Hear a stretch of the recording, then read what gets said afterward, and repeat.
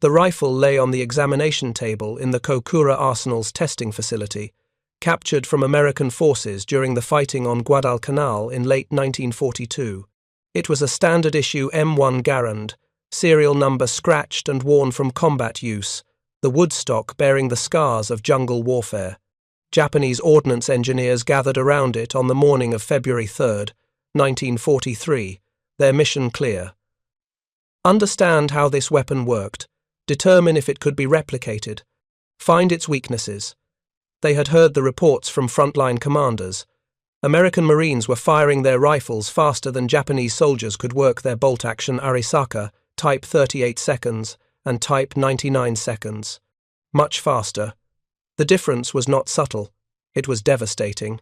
Japanese infantry units reported being overwhelmed by American firepower in close-range engagements, not because the Americans had more men, but because each American rifleman could fire 8 rounds as fast as he could, pull the trigger while Japanese soldiers had to manually cycle their bolts between each shot. The engineers picked up the Garand carefully, feeling its weight. 9.5 pounds fully loaded, heavier than the Arisaka by nearly 2 pounds, but not uncomfortably so. The balance felt good, the weight distributed evenly between the receiver and the stock. One engineer worked the action, pulling the operating rod handle back and releasing it. The bolt slammed forward with mechanical precision, smooth and positive. No binding, no rough spots. Just clean, efficient movement. Another engineer examined the gas system, tracing the gas port beneath the barrel, following the gas cylinder that housed the operating rod and its piston. He understood immediately what he was looking at. This was a gas-operated, semi-automatic rifle.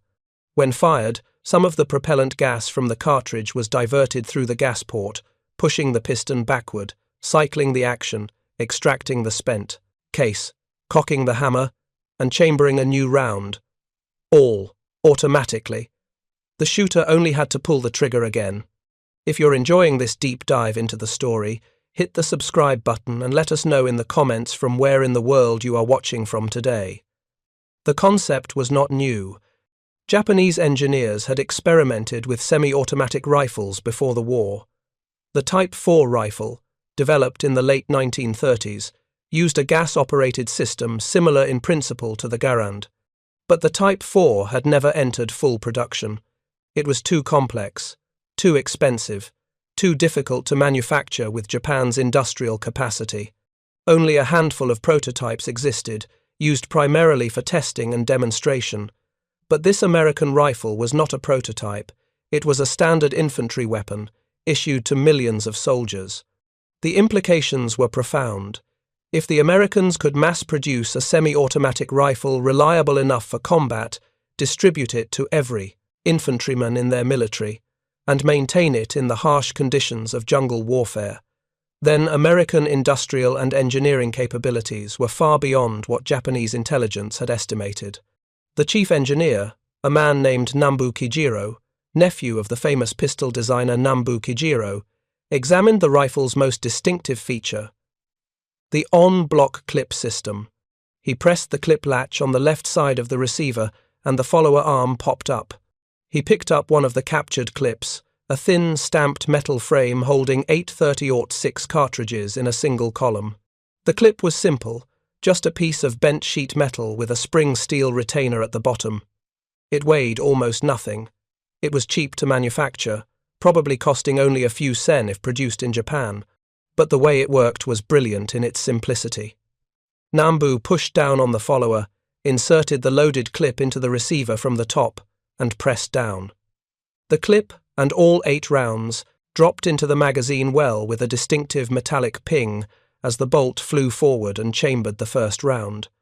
The rifle was now loaded and ready to fire. When all 8 rounds were expended, the empty clip would be automatically ejected upward with another distinctive ping, and the bolt would lock open, ready for a new clip to be inserted. The entire reloading process took perhaps 3 seconds for a trained soldier. Compare that to a Japanese Arisaka, which required the soldier to open the bolt, insert 5 rounds one at a time, or use a stripper clip that had to be removed manually after loading, close the bolt, and chamber a round. Even with a stripper clip, the Arisaka took at least twice as long to reload, often longer under combat stress. But it was not just the speed of reloading that impressed Nambu, it was the entire system's elegance. The en-bloc clip served multiple functions. It held the cartridges in perfect alignment. It fed them into the magazine. It acted as part of the magazine itself while inside the rifle, and it automatically ejected when empty, leaving no loose clips for the soldier to manage during combat. The soldier never touched individual cartridges in the field. He carried loaded clips, inserted them when needed, and discarded the empties. Nambu called over his team. They needed to disassemble this rifle completely, measure every component, document every dimension, understand every tolerance, and determine whether Japanese industry could replicate it. Over the next 3 days, the engineers at Kokura Arsenal took the Garand apart, piece by piece.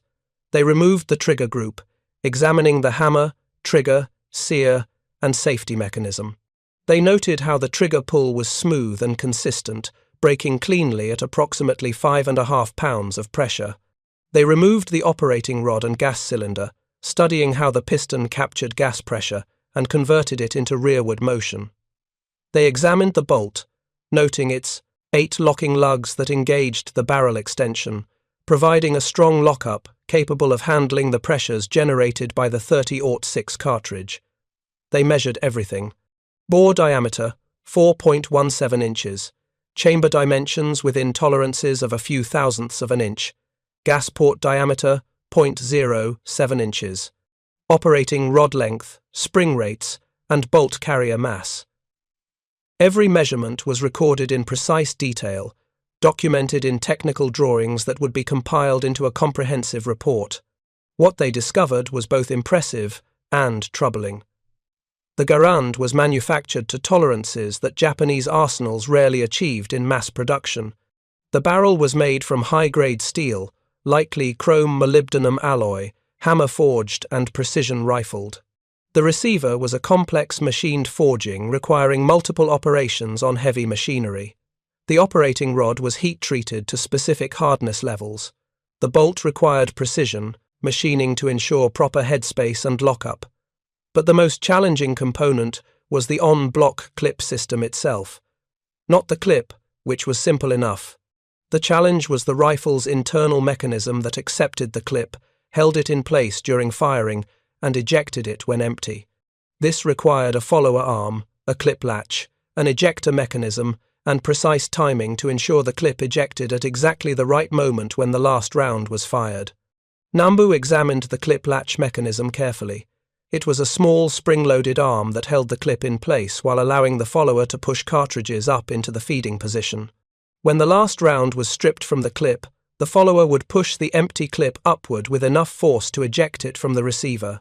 Simultaneously, the bolt would lock back on the follower, holding the action open and signaling the shooter that the rifle was empty and ready for a new clip. The timing had to be perfect. If the clip ejected too early, the rifle would jam. If it ejected too late, the bolt would not lock open. The tolerances were tight, the spring pressures had to be calibrated precisely, and the whole system had to function reliably after thousands of rounds, in mud, sand, rain, and extreme temperatures. Nambu's team spent a week testing the captured Garand. They fired it repeatedly. 200 rounds, 500 rounds, 1,000 rounds. They cleaned it only minimally, wanting to see how it performed under adverse conditions. They deliberately introduced dirt and sand into the action. They submerged it in water. They left it in humid conditions overnight to simulate jungle environments. The rifle kept functioning. It experienced a few failures, stoppages that required the operator to manually cycle the action. But these were rare. The gas system was somewhat sensitive to carbon buildup in the gas port, but even when fouled, the rifle continued to operate. The en-bloc clip system worked, flawlessly. Every clip inserted properly, every clip ejected cleanly when empty. The bolt locked back every time, without fail. One of the junior engineers, a man who had served briefly in the infantry before being assigned to ordnance development, was given the rifle to test fire. He had combat experience with the Arisaka Type 99. He understood intimately the difference between bolt-action and semi-automatic operation. After firing 100 rounds through the Garand, he set the rifle down and spoke quietly to Nambu. "Sir, if our soldiers faced Marines equipped with these rifles in equal numbers, our men would lose every engagement. The rate of fire is 3, perhaps 4 times faster than our Arisaka. In close combat, that difference is decisive." Nambu nodded. He had reached the same conclusion. The question now was whether Japan could produce a similar weapon in meaningful quantities. The answer, he suspected, would be no. But he had to present the facts to his superiors and let them make the decision. The report compiled by Kokura Arsenal was completed in March of 1943. It was a thick document, over 60 pages of technical drawings, measurements, metallurgical analyses, and operational assessments. The conclusion was carefully worded, but the message was clear. The M1 Garand represented a significant technological achievement. Its design was sound, its execution was excellent, and its combat effectiveness was superior to any rifle currently in Japanese service. However, replicating the Garand would require industrial capabilities that Japan did not possess in sufficient quantity. The rifle required high-grade steel alloys that were in short supply. It required precision machining on a scale that would overwhelm available manufacturing capacity. It required heat treatment facilities capable of processing thousands of components daily. Most critically, it required a manufacturing infrastructure that could maintain tight tolerances across millions of parts. Nambu included cost estimates in his report. Based on current Japanese manufacturing capabilities, producing a single Garand-type rifle would cost approximately 3 times what it cost to produce an Arisaka Type 99. Multiply that by the millions of rifles needed to equip Japanese forces, and the total cost became astronomical, equivalent to the budget for building several battleships. But cost was not the only problem. Time was equally critical. Even if Japan committed to producing a semi-automatic rifle, the time required to retool factories, train workers, and establish quality control systems would be at least 2 years, probably longer. By 1945 or 46, when production could realistically begin, the war would likely be decided one way or another. The report was forwarded up the chain of command, first to the Tokyo Army Arsenal, then to the Army Technical Bureau, and finally to the Ministry of War. At each level, officers read the conclusions, with growing concern. The Americans had distributed a semi-automatic rifle to their entire infantry force. Japan could not match this capability. The firepower disparity on the battlefield would continue to favor the Americans. Several proposals were considered. One suggestion was to modify the existing Type 4 semi-automatic rifle, simplify its design, and attempt limited production. Another proposal was to develop an entirely new rifle, learning from the Garands' design but adapting it to Japanese manufacturing capabilities. A third option was to do nothing, except that Japanese infantry would continue using bolt-action rifles and focus resources on other weapon systems like machine guns, grenades, and mortars that could provide supporting firepower. In the end, the decision was made at the highest levels of the Japanese army. Resources would not be allocated to developing or producing a semi-automatic rifle for general infantry use. The existing Arisaka rifles were adequate for their purpose. They were reliable, accurate, and familiar to Japanese soldiers. They were also cheap to produce and easy to maintain. The army would continue producing Arisakas and allocate scarce resources to other priorities: aircraft production, naval construction, artillery, and ammunition. Only a small number of specialized units would receive semi-automatic weapons. Paratroopers received the Type 2 rifle, a semi-automatic weapon designed for airborne operations. Some special naval landing forces received experimental rifles. But the average Japanese infantryman would fight the entire war with a bolt-action rifle designed in the 1890s and modified in the 1930s. The decision was pragmatic from an industrial standpoint, but it had profound consequences on the battlefield. Every Japanese infantry squad that encountered American Marines faced opponents with 3 to 4 times their effective rate of fire. In close-range engagements, in jungle fighting, in defensive positions, that firepower disadvantage was often decisive. Japanese soldiers understood this quickly. Reports from frontline units consistently mentioned the overwhelming volume of American fire. Japanese commanders adjusted their tactics, emphasizing night attacks when the Americans' firepower advantage was reduced, using infiltration tactics to get close before the firefight began, and relying on grenades and knee mortars to compensate for inferior rifle firepower. But tactics could only compensate so much. When Japanese infantry charged American positions, as they did repeatedly throughout the Pacific War, they were met with a wall of semi-automatic rifle fire that cut them down before they could close to bayonet range. When American forces attacked Japanese defensive positions, their riflemen could suppress enemy positions with sustained fire while maneuvering to flank or assault. The psychological impact on Japanese soldiers was significant. Many captured Japanese troops, when interrogated, mentioned the Americans' rapid-fire rifles. They described the sound of continuous fire, the inability to raise their heads during American assaults, the sense of being overwhelmed by sheer volume of bullets. Some believed the Americans had machine guns disguised as rifles. Others thought every American soldier carried an automatic weapon. One captured Japanese officer, questioned after the Battle of Saipan in 1944, described his experience facing American Marines. His company had occupied defensive positions on high ground overlooking a narrow valley. When the Marines advanced, his men opened fire at 300 meters with their Arisaka rifles. The Marines took cover and returned fire. The difference in firepower was immediately apparent. His soldiers would fire, work their bolts, aim, and fire again. The process took several seconds per shot. The Marines fired continuously, 8 rounds from each rifle without pausing to reload. His men were forced to keep their heads down, unable to aim properly, while the Marines maneuvered to flank positions. Within 15 minutes, half his company was dead or wounded. The survivors retreated under covering fire from a knee mortar team. The officer's assessment was blunt. "We could not win a firefight against Americans at any range. Their rifles fired too fast.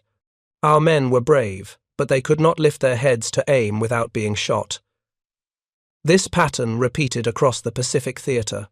At Guadalcanal, Tarawa, Saipan, Iwo Jima, Okinawa, wherever American and Japanese infantry met in combat, the firepower disparity was evident. Japanese tactics evolved to avoid direct firefights when possible, but eventually, combat became inevitable, and when it did, American Marines and soldiers had a significant advantage. The M1 Garand was not the only reason Americans won infantry engagements. They also had better artillery support, air superiority, more machine guns per squad, better logistics, and often better training. But the Garand was a consistent advantage that manifested in every firefight, every patrol, every ambush. It was a weapon that tilted the odds in favor of the side that carried it. Back in Japan, engineers continued to study the problem. Nambu Kijiro remained obsessed with the en-bloc clip system. It was, in his opinion, the key innovation that made the Garand practical for mass production and field use. Other semi-automatic rifles existed, the Soviet SVT-40, the German Gewehr 43, but most used detachable box magazines that were expensive to manufacture, easy to lose in combat, and vulnerable to damage. The en-bloc clip was disposable. If a soldier lost one, it cost almost nothing to replace. If it was damaged, he discarded it and used another. The clips weighed so little that a soldier could carry dozens without significantly increasing his load, and because the clip became part of the rifle's magazine when inserted, there were no external magazines to catch on equipment or vegetation. Nambu attempted to design a simplified en-bloc clip system that could be manufactured with Japanese industrial capabilities. He sketched dozens of variations, trying to reduce the number of parts, simplify the machining requirements, and eliminate tight tolerances.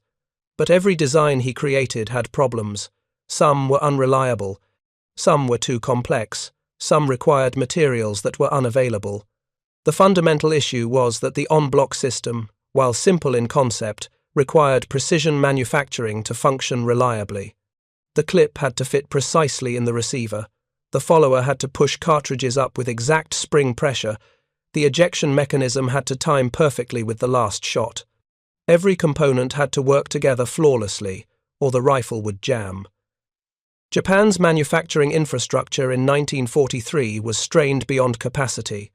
Factories were producing rifles, machine guns, artillery pieces, aircraft, ships, ammunition, uniforms, and 1,000 other items needed to sustain a military force of several million men fighting across an area spanning half the Pacific Ocean. Quality control was slipping. Tolerances that had been maintained in peacetime were relaxed to increase production. Workers were less experienced as skilled laborers were drafted into military service. In this environment, producing a complex semi-automatic rifle with tight tolerances was simply not feasible. Nambu knew this. His superiors knew this. But the orders kept coming. Find a solution. Develop something. Give Japanese soldiers a weapon that could match the Americans. In late 1943, Nambu's team was instructed to examine the possibility of converting existing Arisaka rifles to semi-automatic operation. The idea was that if the basic Arisaka receiver could be modified, perhaps a semi-automatic version could be produced using existing tooling and manufacturing processes. The team spent 3 months on this project. They designed a gas system that could be fitted to an Arisaka barrel. They developed a new bolt carrier and operating rod. They modified the trigger group to work with a semi-automatic action. The prototype was completed in February of 1944. It looked like an Arisaka with additional components attached. It weighed 12 pounds, nearly 4 pounds heavier than a standard Arisaka. It functioned, after a fashion, but it was unreliable. The gas system fouled quickly. The modified bolt did not lock consistently. The rifle jammed frequently, sometimes after only a few rounds. Worse, the conversion process required significant machine work on each individual rifle. It was not something that could be done quickly or cheaply. Converting a single Arisaka to semi-automatic operation would cost almost as much as building a new semi-automatic rifle from scratch. The project was quietly shelved. If you find this story engaging, please take a moment to subscribe and enable notifications. It helps us continue producing in-depth content like this. By mid-1944, the strategic situation for Japan had deteriorated significantly. The Navy had been decimated at the Battle of the Philippine Sea. Saipan had fallen, bringing American B-29 bombers within range of the home islands. Japanese merchant shipping was being destroyed by American submarines faster than it could be replaced. Oil, rubber, steel, and other strategic materials from Southeast Asia were not reaching Japanese factories.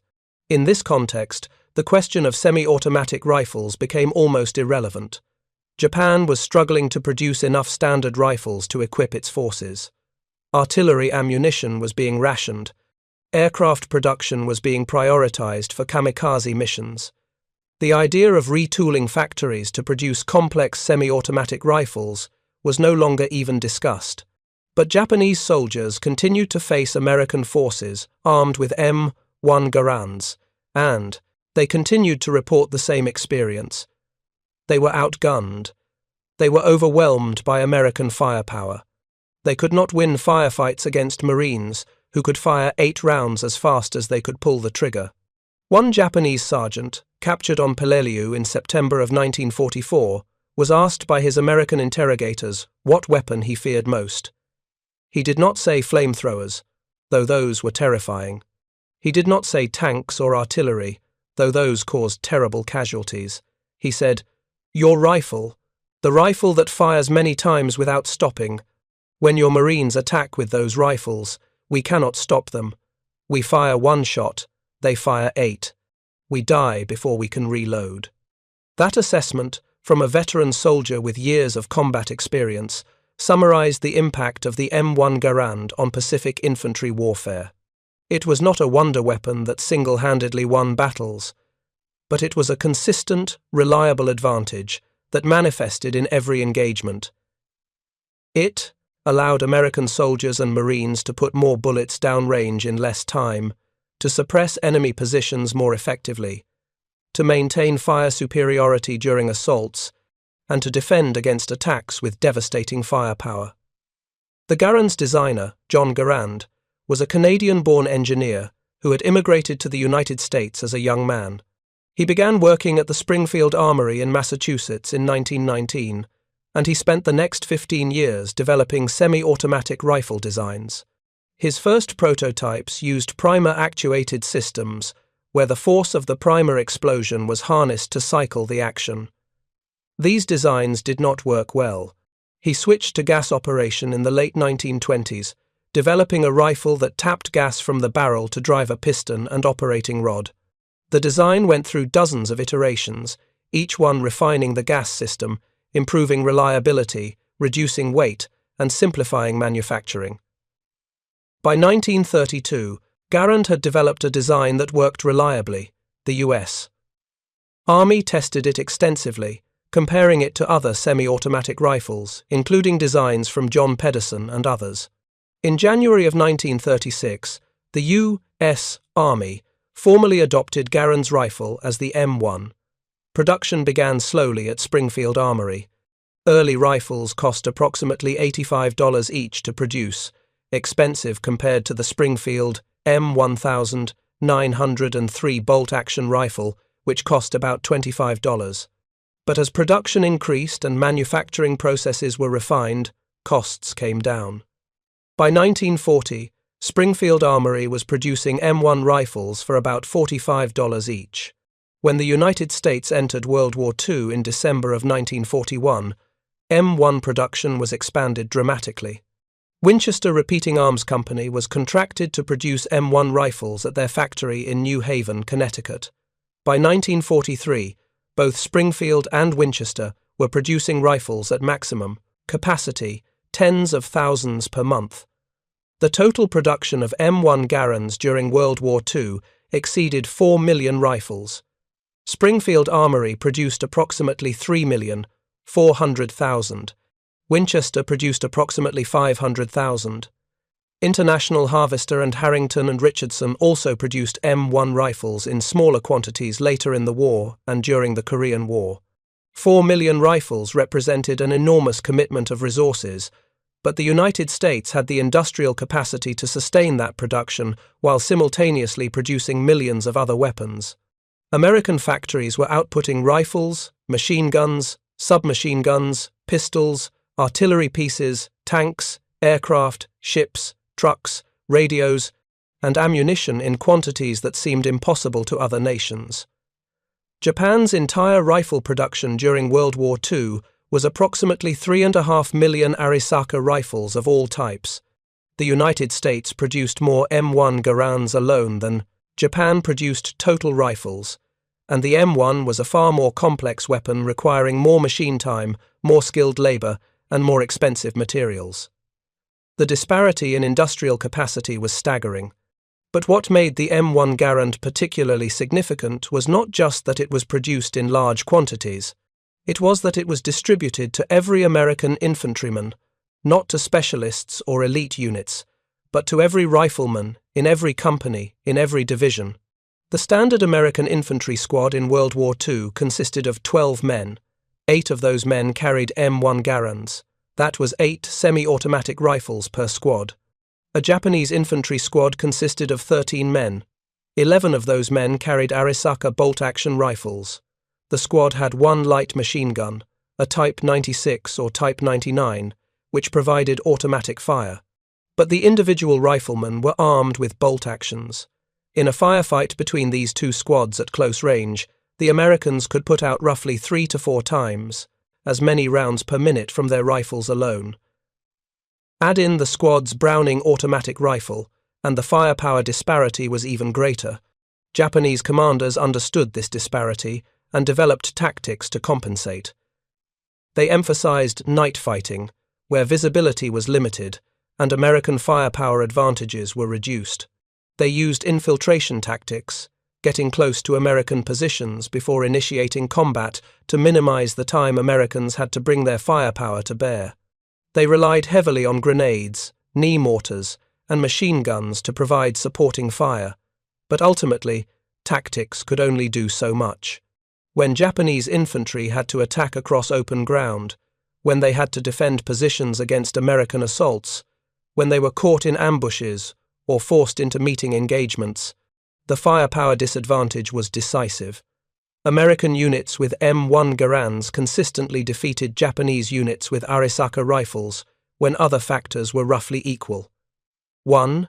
The example of this came during the Battle for Okinawa in April of 1945. A company from the U.S.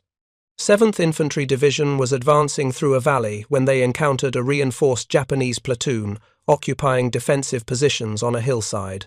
The Japanese soldiers were well dug in, with good fields of fire and prepared positions. They outnumbered the American squad that first made contact, roughly 50 Japanese soldiers against 12 Americans. The Americans took cover and returned fire. The initial exchange lasted approximately 3 minutes. During that time, the Americans fired an estimated 200 rounds from their M1 rifles. The Japanese fired perhaps 70 rounds from their Arisakas. The difference in volume was so pronounced that Japanese soldiers later reported believing they were facing a much larger American force. The Americans called for support, and within 10 minutes a platoon arrived to reinforce them. The combined American force assaulted the Japanese position, using fire and movement. One squad would fire continuously, while another squad advanced. The Japanese defenders were suppressed by the volume of fire, unable to aim effectively, forced to keep their heads down. The assault succeeded. The American forces overran the position with relatively light casualties. The Japanese defenders were nearly wiped out, with only a handful escaping. After the battle, American officers examined the Japanese positions. They found large quantities of unused ammunition. The Japanese soldiers had not run out of bullets. They had been unable to fire them because they were being suppressed by American rifle fire. This was not an exceptional engagement. It was typical of infantry combat throughout the Pacific War. American forces with M1 Garands could generate overwhelming fire superiority against Japanese forces with bolt-action rifles. The tactical advantage was significant, and it manifested in every battle, every skirmish, every patrol, action. Japanese military leadership understood the problem, but they had no solution. The industrial capacity to produce semi-automatic rifles did not exist. The resources to develop that capacity were not available. The time required to design, test, and manufacture a suitable weapon was longer than the time remaining in the war. Japan fought World War II with an infantry force armed primarily with bolt-action rifles designed in the 1890s. They faced an opponent armed with semi-automatic rifles designed in the 1930s and produced by the millions. The en-bloc clip system that Nambu Kijiro had studied so carefully at Kokura Arsenal remained an enigma. Japanese engineers understood how it worked. They could manufacture individual components. They could even build prototype rifles that used similar systems. But they could not mass-produce those rifles with the reliability and quality control necessary for military service. The problem was not intelligence or creativity. Japanese engineers were highly skilled and innovative. The problem was industrial infrastructure. Japan lacked the machine tools, the skilled labor, the quality steel, and the manufacturing capacity to produce complex weapons in the quantities needed. The nation was fighting a war that required millions of rifles, billions of rounds of ammunition, thousands of artillery pieces, and all the other material necessary to sustain a modern military. In that environment, producing a semi-automatic rifle like the M1 Garand was simply beyond Japanese capabilities. The decision to continue producing Arisaka bolt-action rifles was not a failure of vision. It was a recognition of reality. Japan had to fight with what it could produce, not with what it wished it could produce. By 1945, the strategic situation for Japan had become desperate. The home islands were being bombed regularly by B-29 superfortresses operating from bases in the Marianas. The Navy had been reduced to a fraction of its former strength, unable to protect merchant shipping or challenge American naval dominance. The Army was preparing for the expected invasion of Japan, building coastal defenses and training civilians for a last-ditch defense of the homeland. In this context, weapons development continued, but with an increasingly desperate quality. Projects that might have been rejected earlier in the war as impractical or too expensive were suddenly being considered. One such project was the Type 5 semi-automatic rifle, developed in the final year of the war. The Type 5 was based heavily on the American M1 Garand. Japanese engineers had studied captured Garands for over 2 years by this point, and they understood the weapon thoroughly. The Type 5 used a similar gas-operated system, a similar rotating bolt, and even a similar overall layout, but it did not use the en-bloc clip system. Instead, the Type 5 used a detachable 10-round box magazine. This simplified manufacturing because magazines were easier to produce than the complex internal magazine and ejection system required for en-bloc clips. It also increased ammunition capacity by 2 rounds, but it introduced new problems. Detachable magazines were expensive to produce. They were easily lost in combat. They were vulnerable to damage. Soldiers had to carry multiple magazines, which added weight and bulk. The Type 5 was tested in early 1945. It functioned reasonably well, though reliability was not as good as the M1 Garand. The rifle was approved for production, and orders were placed for 20,000 units to be delivered by September of 1945. Production began at Kokura Arsenal and other facilities in June of 1945. By the time Japan surrendered in August of 1945, fewer than 30 Type 5 rifles had been completed. The factories simply could not produce the weapons quickly enough. The skilled workers were gone, drafted into military service or killed in air raids. The machinery was worn out from years of continuous operation. Raw materials were increasingly scarce as American submarines had severed the supply lines from Southeast Asia. Quality control had collapsed entirely. Even simple rifles like the Arisaka were being produced with defects that would have been unacceptable earlier in the war. The Type 5 semi-automatic rifle represented what Japan might have produced if industrial conditions had been better and if the war had lasted longer. But in reality, the weapon came too late, in too small quantities, to have any impact on the war's outcome. Japanese soldiers fought to the end with the weapons they had, primarily Arisaka bolt-action rifles that were fundamentally unchanged from weapons designed 50 years earlier. After Japan's surrender in August of 1945, American occupation forces discovered the small number of Type 5 rifles that had been produced. They were sent to Aberdeen Proving Ground in Maryland for examination, along with captured examples of virtually every other weapon Japan had developed during the war. American ordnance engineers examined the Type 5 with interest. They noted the obvious similarities to the M1 Garand, and they recognized that Japanese engineers had successfully adapted the basic design to their manufacturing capabilities by using a box magazine instead of en-bloc clips. They tested the rifles and found them functional but not particularly reliable. The steel was of poor quality, the machining was crude, the finish was rough. These were weapons produced under desperate conditions by an industrial base that was collapsing. But the Type 5's very existence proved that Japanese engineers understood how the M1 Garand worked and could replicate its basic operating system. What they could not replicate was American manufacturing quality or production capacity. Japan could build a few prototype semi-automatic rifles.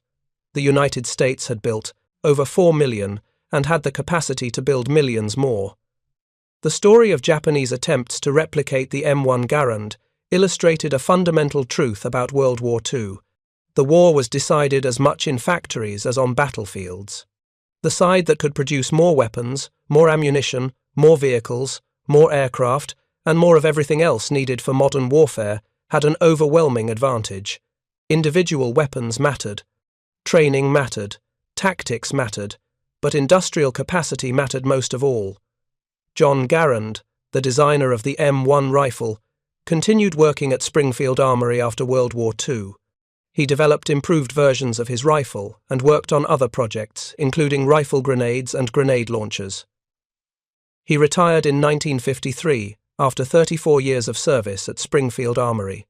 He never became wealthy from his invention. Under the rules governing government employees at the time, he received no royalties for his design, even though millions of rifles bearing his name were produced. In 1944, Congress had passed a special bill awarding Garand $50,000 in recognition of his contributions to national defense. That was the only compensation he received beyond his regular salary. Garand lived modestly in Springfield, Massachusetts, until his death in 1974 at the age of 86.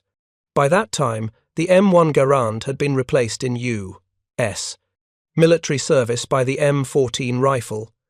But Garand's basic design principles, gas operation and semi-automatic fire, remained standard for military rifles worldwide. Nambu Kijiro, the Japanese engineer who had examined the captured Garand so carefully in 1943, survived the war. After Japan's surrender, he returned to civilian work, eventually joining a company that manufactured textile machinery. He never spoke publicly about his wartime work on military weapons, which was common among Japanese engineers of that generation. He died. In 1978, his contributions to Japanese ordnance development largely unrecognized outside military historical circles. The M1 Garand served U.S. forces throughout World War II and continued as the standard American infantry rifle through the Korean War. It was not replaced as the primary U.S. service rifle until 1957, when the M14 was adopted. Even then, many M1 rifles remained in service with reserve units and allied nations for decades afterward. The rifle earned a legendary reputation among American soldiers and Marines. General George Patton famously called it the greatest battle implement ever devised. While that assessment was hyperbolic, reflecting Patton's characteristic exaggeration, it captured the genuine respect that combat veterans had for the weapon. The M1 was reliable, accurate, powerful, and gave American infantry a significant firepower advantage over most opponents. In the Pacific, where American forces faced Japanese soldiers armed with bolt-action rifles, that advantage was particularly pronounced. In Europe, where German forces also used some semi-automatic rifles and had more machine guns per squad, the advantage was less dramatic, but still significant. But the M1's greatest impact may have been psychological. American soldiers went into combat knowing they had better equipment than their enemies. They knew their rifles could fire faster, could be reloaded quicker, and were built to higher standards of quality and reliability. That confidence translated into aggressiveness and effectiveness in combat. Japanese soldiers, conversely, faced the constant knowledge that they were outgunned. Every report from the front lines mentioned American firepower superiority. Every veteran soldier who survived combat against American forces told the same story. The Americans had more of everything: ammunition, artillery, air support, and rifles that fired faster than anything Japan produced. This psychological burden, the placed us, knowledge that one's equipment was inferior, affected morale and combat effectiveness in ways that are difficult to quantify but were nonetheless real. Japanese soldiers fought with tremendous courage and determination, but courage alone cannot overcome overwhelming material disadvantages. The story of the M1 Garand and Japan's inability to replicate it reveals the true nature of industrial warfare.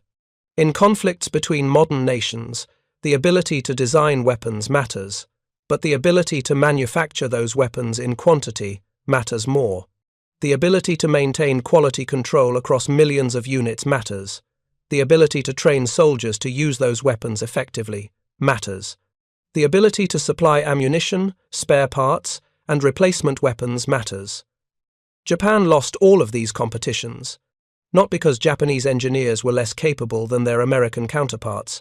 The Type 5 rifle proved they could design a semi-automatic weapon when necessary, but because Japan lacked the industrial infrastructure to compete with American manufacturing capacity. The United States produced more rifles, more ammunition, more vehicles, more aircraft, more ships, and more of virtually every category of military equipment.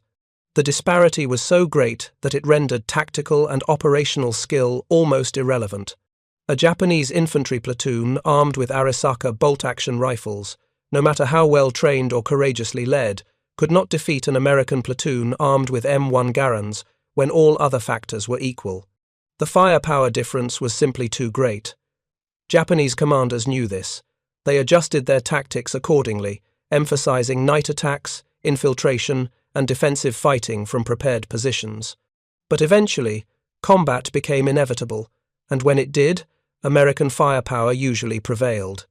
The 8-round en-bloc clip that Nambu Kijiro had examined so carefully in 1943 remained the symbol of this disparity. It was such a simple device, just a piece of stamped metal holding 8 cartridges. But the system it enabled, rapid semi-automatic fire with quick reloading, represented a level of manufacturing sophistication that Japan could not match under wartime conditions. American factories stamped out millions of these clips, each one made to precise tolerances, each one functioning flawlessly in the rifles for which they were designed. Japanese factories struggled to produce enough basic rifle ammunition to keep their forces supplied. The contrast illustrated the gulf between American and Japanese industrial capabilities. In examining why Japan could not replicate the M1 Garand, we must look beyond simple technical questions of engineering. The rifle's operating system was well understood by Japanese engineers. The gas operation, the rotating bolt, the trigger mechanism, all of these could be and were copied. What could not be copied was the manufacturing infrastructure that made mass production possible. The United States had spent decades developing an industrial base centered on mass production. American factories had pioneered techniques like interchangeable parts, assembly line production, and statistical quality control. These methods had been refined in the automotive industry, in agricultural equipment manufacturing, and in countless other civilian applications before being applied to weapons production. When war came, American industry was able to rapidly expand production because the fundamental infrastructure already existed. Factories could be retooled, workers could be trained, quality control systems could be implemented. The transition from civilian to military production was relatively smooth because the underlying manufacturing philosophy was the same. Japan had never fully embraced mass production in the American sense. Japanese manufacturing before World War II was characterized by skilled craftsmen producing goods to high standards, but in relatively small quantities. Quality was achieved through individual skill, rather than through standardized processes and interchangeable parts. This approach worked well for producing limited quantities of high-quality goods, but it could not scale to meet the demands of total war. When Japan attempted to expand weapons production rapidly in the late 1930s and early 1940s, the result was declining quality rather than increasing quantity. The craftsmen who had maintained standards were drafted into military service. The machinery wore out from overuse. The systematic approach necessary for mass production was never fully implemented. This meant that even if Japanese engineers had perfectly replicated the M1 Garand's design, they could not have manufactured it in meaningful quantities without fundamentally restructuring their entire industrial system. That restructuring would have required time Japan did not have, resources Japan did not possess, and institutional changes that would have been revolutionary in scope. The decision to continue producing Arisaka rifles was therefore not a failure of imagination or innovation. It was a realistic assessment of what was possible given Japan's industrial constraints. The Arisaka was a proven design that could be manufactured with existing tooling and workforce. It was reliable, simple to maintain, and adequate for its intended purpose. It was not equal to the M1 Garand, but it was what Japan could produce. This same pattern played out across virtually every category of military equipment during World War II. Japan produced capable aircraft designs, but could not manufacture them in sufficient quantities. Japan built powerful battleships but lacked the industrial capacity to replace them when lost. Japan developed advanced torpedoes and other specialized weapons but struggled to produce enough basic supplies like ammunition and fuel. The United States, meanwhile, produced everything in overwhelming quantities. Not just rifles and ammunition, but aircraft carriers and tanks, radios and trucks, medical supplies and rations, and 1,000 other items necessary for modern warfare.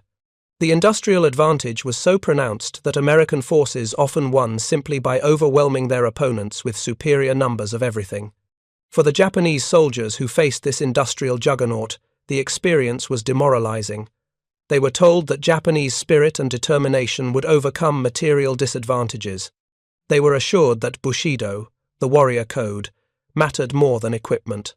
But when American Marines advanced with M1 Garands firing 8 rounds as fast as the trigger could be pulled, when American artillery delivered concentrated fires that Japanese guns could not match, when American aircraft dominated the skies and American ships controlled the seas, it became clear that spirit alone was not enough. The captured Japanese sergeant on Peleliu, who told his interrogators that he feared the American rapid-fire rifle more than any other weapon, had learned this lesson through hard experience. His training had taught him that Japanese rifles were adequate. His commanders had told him that American equipment was inferior, soft like the Americans themselves. But combat had taught him that these assessments were propaganda rather than reality. American rifles were better. American soldiers were not soft. American industry could produce weapons in quantities that seemed impossible.